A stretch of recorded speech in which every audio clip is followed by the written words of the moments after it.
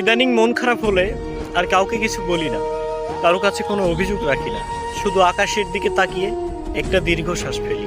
কারণ মন খারাপের কথাগুলো কাউকে বলে কোনো লাভ হয় না, যার কাছেই বলি তার কাছে হাস্যকর বিষয় মনে হয়।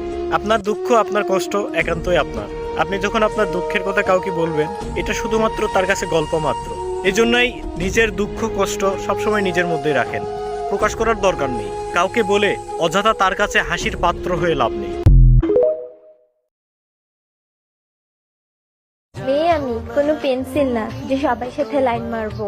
আমি তো শুধু দুইজনকে ভালোবাসি, এক যে আমাকে জন্ম দিয়েছে, আরেক ওই পাগল যে আমার জন্য জন্ম হয়েছে। তোমাকে চাই, শুধু তোমাকে চাই, আর কিছু জীবন